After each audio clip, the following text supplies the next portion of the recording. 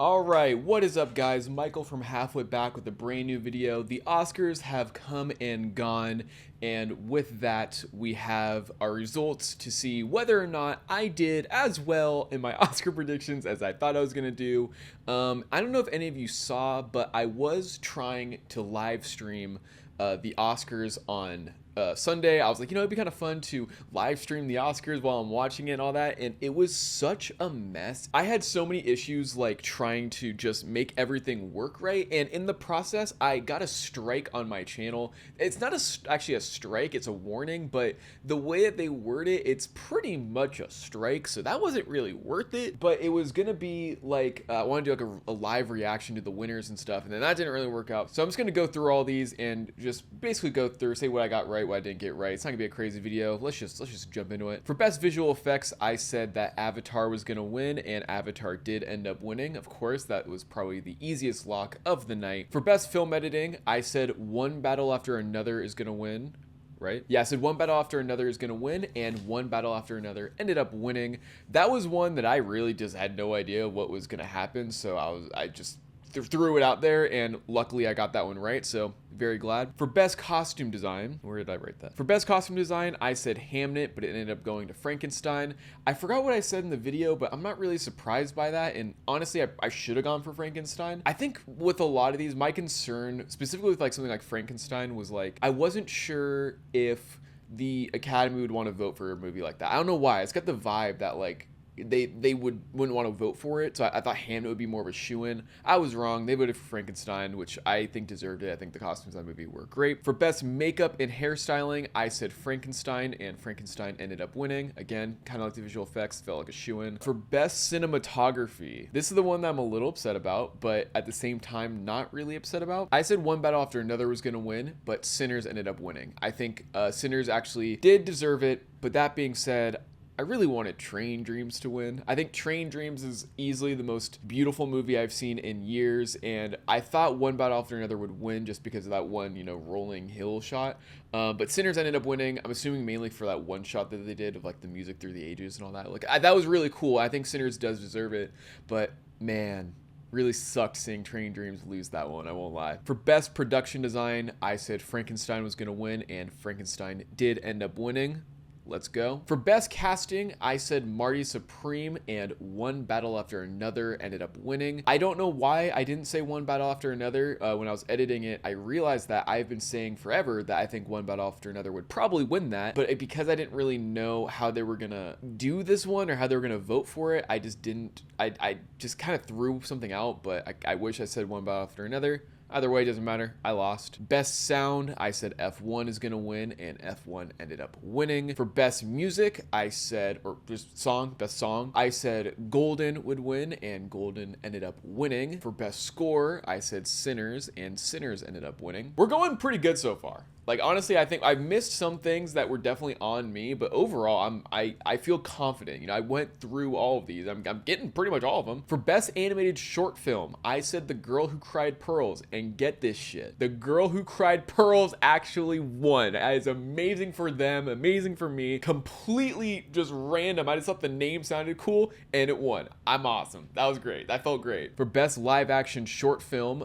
it was actually two. It was a tie. I was very surprised watching in the moment. It's really funny watching Kumail kind of process it as it's happening, because they don't know who's gonna win. They also are just as surprised. So it was really funny seeing him try to figure out how to do it. I think he handled that really well. I just want to give a shout out to him. Love Kumail. For best live action short film, I said that A Friend of Dorothy would win, and the two that ended up winning were The Singers and Two People Exchanging Saliva. I should have fucking gone for Two People Exchanging Saliva. I just was really grossed out by that, but maybe I should have just embraced the grossness and I would have had another point. I am curious though also, what does this mean for people who were doing like legitimate betting and draft? Like, do they just get fucked? What happens there? Like, how does that work? I honestly don't know how ties work in a betting thing like this. For best documentary short film, I said Armed Only with a Camera, but All the Empty Rooms won. Pretty much all these categories I didn't really know much about, so I was just throwing shit out there. I don't really care that I lost that one. Congratulations to All the Empty Rooms. For best documentary feature film, I said The Perfect Neighbor was gonna win, but Nobody, or Mr. Nobody Against Putin, ended up winning. I knew I should have gone with the Putin one, and in my gut, I felt like I should. It feels like something that the Academy would vote for. It's very topical subject matter, and it seemed like something they would vote for, but I went with my dad, and I voted The Perfect Neighbor, which, you know, backfired on me, but he doesn't even know that I fucking picked that one for him, so it was all for nothing, actually. Best international feature film, I said The Secret Agent, but Sentimental Value won, which made me very happy because I love Sentimental Value. They didn't really come away with anything that night, so I'm glad they got best international feature film. I think it was amazing, and if you haven't seen it yet, go check it out. For best animated feature film, I said K-Pop Demon Hunters would win, and K-Pop Demon Hunters won. Seemed pretty obvious. I don't really know what other ones would have won in this category. I haven't seen any of them besides Zootopia, but K-Pop Demon Hunters, I mean, come on. Best writing adapted screenplay, I said One Battle After Another would win, and One Battle After Another ended up winning. And then for best original screenplay, I said Sinners would win, and Sinners ended up winning. Those two seem pretty obvious, and it is pretty cool to see both these movies win in these categories, and it's a perfect illustration of the Oscars that night for me. Obviously, only one of them can win Best Picture. I mean, I guess technically two of them could have won Best Picture. We just saw that with the short film one or whatever it was. Two movies could win, I guess, but only one movie did win Best Picture. But with all of the awards these two movies got, and especially when you look at the screenwriting specific categories, One Battle After Another and Sinners winning their respective categories for that, I genuinely feel like they both kind of won Best Picture. And I know, look, I know technically only one does win Best Picture, but this is just so representative of this year's Oscars, honestly. Is One Battle After Another winning Best Adapted Screenplay and Sinners winning Best Original Screenplay. These are the two front runners in pretty much all the categories. These are two films people love more than any other movie this year. They really both, to me, are like the best picture. So it's kind of cool seeing them both win these respective categories. For best actress in a supporting role, this was the first insane upset of the night, and honestly probably the only like one that genuinely shocked me. I said Tiana Taylor was going to win for One Battle After Another, but Amy Madigan for Weapons ended up winning, which blew my mind. I was so shocked by this win, and not necessarily because she doesn't deserve it, but because it wasn't even a blip on my radar. I really thought it was going to be between Tiana Taylor and I'm sorry, I don't even want to pronounce it and get it wrong. The woman from Sinners. I really thought it was going to be between those two, and so seeing Amy Madigan kind of come out of fucking nowhere and snag that it blew my mind. I just couldn't believe it. That was like probably the biggest shock of the night, in my opinion. For Best Actor in a Supporting Role, I said Stellan Skarsgård, but Sean Penn ended up winning. I'm a fucking idiot, and I knew I should have picked Sean Penn. I don't know why I picked Stellan Skarsgård. I know why I picked him, actually. He was my favorite in that category this year, but Sean Penn was such an obvious choice. And it's crazy because when I watched the video, I said Benicio del Toro was a lock.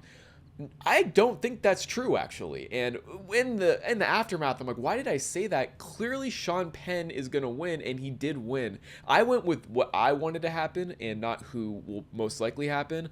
Again, I didn't get it right. I got it wrong. I'm not trying to like rewrite history here, but Sean Penn is the obvious pick. Don't know why I didn't pick Sean Penn. I picked the favorite one for some reason, or my favorite, and it backfired on me. I knew I shouldn't have done that. That was a mistake. And Sean Penn didn't even fucking show up, bro. This is ridiculous. For Best Actress in a Leading Role, I said Jessie Buckley for Hamnet was gonna win, and of course Jessie Buckley for Hamnet won. Not really a surprise there. For Best Actor in a Leading Role, this is obviously one of the big categories that night. This and Best Picture, these were the toss-up ones that nobody really know who would win. I said Michael B. Jordan was gonna win, and Michael B. Jordan ended up winning. That was really cool to see. I will admit that I wasn't the biggest advocate, I guess, for him winning this award. I felt like there were other actors actors in this category who I felt had stronger performances, but it kind of all went away from me when I saw him accept the award and go on stage and seeing how happy everyone was for him. It was a really cool feel-good moment, and I am glad that Michael B. Jordan won. In the end, I think he did deserve it, and it was like it was just cool. It was a cool moment, and I was glad to be able to watch that. For best directing, I said Paul Thomas Anderson was going to win, and Paul Thomas Anderson ended up winning. And for best picture, I said One Battle After Another was going to win, and One Battle After Another ended up winning. This was such a toss-up though, even in the moment when they were going back and forth. At the beginning of the night, it seemed like, okay, One Battle After Another for sure has this locked because they were winning award after award after award. And then Sinners started picking up some steam towards like the latter half, and I was a little like, ooh, I don't know.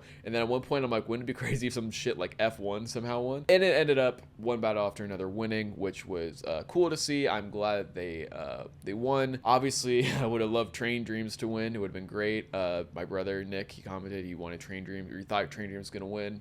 Fortunately, didn't happen this year. But yeah, so One Battle After Another ended up winning. And those are all of the categories. I feel like as I was going through it, I got my little clipboard here. You can see I got all these. I got 15 out of 24. Oh, 15 out of 24. I got little smiley faces and frowny faces everywhere. It sounded like I got a lot right. It feels like a lot of the ones I didn't get right were the categories I honestly didn't even I didn't watch, like the documentary feature film, documentary short film, like those ones I didn't know at all what I was voting for, so it made sense that I didn't get those ones right. But I feel like for the categories that I did have knowledge about, I feel like I got them pretty accurate. I'm pretty happy with how I performed at this year's Oscars. 15 out of 24, that's like what, a C, a D? It's like a passing. Yeah, I don't know. Those are all of my Oscar predictions and how they came out. Let me know if you guys did your own predictions and if you got any of them right. Overall, I think this was a pretty predictable but not bad Oscars. I feel like everyone who I wanted to win kind of did win. Everyone who I thought would win won, and overall it was a fun time. And maybe next year I'll get the stream figured out so that I don't get a copyright strike, and so that we can actually watch it and have a good time and do all that. I think that'd be a lot of fun. It was a test. It was a beta test, whatever, this year, and hopefully next year it'll work. Thank you guys so much for watching. Please make sure to like, subscribe, share with your friends. Go watch all our other videos. Go watch whatever. The Marvel Marathon's coming back April 4th, I'm pretty sure, so come back to the channel then and check that out. Yeah, I guess I'll see you guys next time.